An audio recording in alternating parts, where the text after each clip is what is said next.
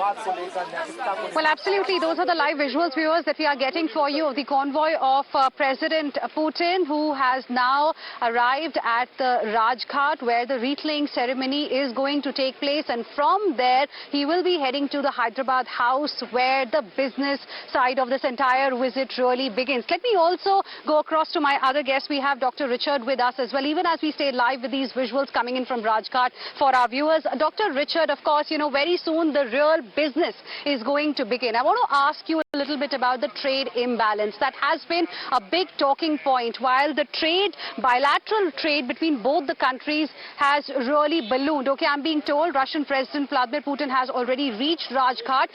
We are staying live with these visuals. You know, the wreath-laying ceremony is going to take place. But Dr. Richard, coming to the issue of trade, how the bilateral trade between both countries has ballooned clearly to about $68.7 billion in 2024-25 to about $13 billion that we used to see in 2020-21. But it's very one-sided. Can India really expect Russia to perhaps import more from India? Because currently it's India that's importing more from Russia than exporting.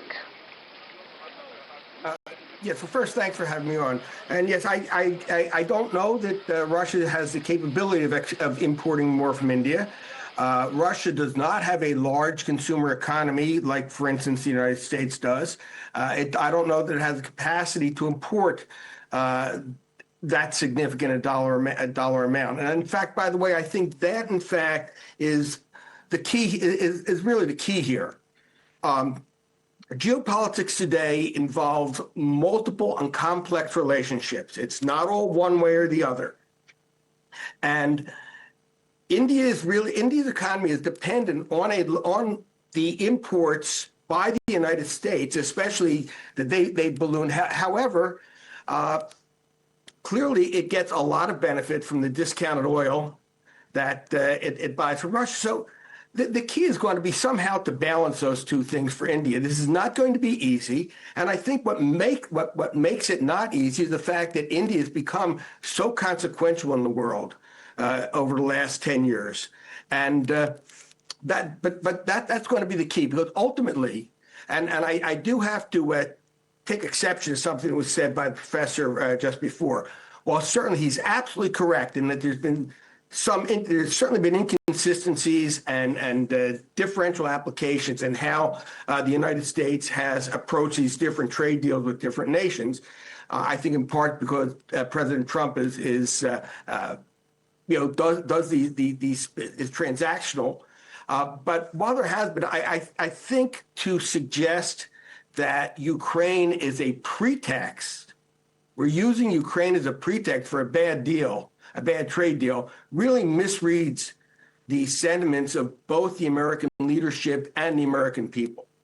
And to compare purchases of fertilizer to energy purchases is also not really, it doesn't really make any sense. You'll notice there's really been no U.S. objections to the military purchases from Russia. Because what enables Russia to continue funding its war against Ukraine is the energy sector. And it's only when that is degraded that President Putin might, in fact, decide, okay, maybe I do need to make a deal here, which he's been resistant to thus far.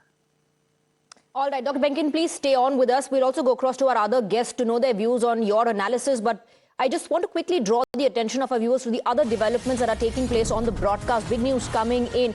The Indigo chaos crisis continues. There is no end to that. All Indigo flights from the national capital, from Delhi, stand cancelled. That's the update we're getting at the moment. Flights from Delhi cancelled till midnight. Indigo flights from Mumbai cancelled as well till about 6 p.m. So the crisis is only deepening, and this, of course, is impacting. It is going to impact more passengers. Already a lot of them going through a harrowing experience. Let me go across to Isha for more on this. Isha, this is a big update which is going to impact many. Indigo flights from Delhi cancelled till midnight, and Indigo flights from Mumbai cancelled till 6 p.m. Right, Swati, as you were correctly pointing out, the crisis is only deepening as the time passes, and flights from the national capital have been cancelled till about 12 a.m. at midnight, and when we speak of Bombay, which they are cancelled till about 6 p.m. But if we look at metro cities, not just Delhi and Mumbai, we look at Bangalore as well, the flight cancellations exceed easily above 500, and this was just till 10 a.m. In fact, as we speak, the cancellations are only increasing. So we can only imagine the plight of those who are traveling by air right now. And this is a situation, this is something that affects you and me. This is a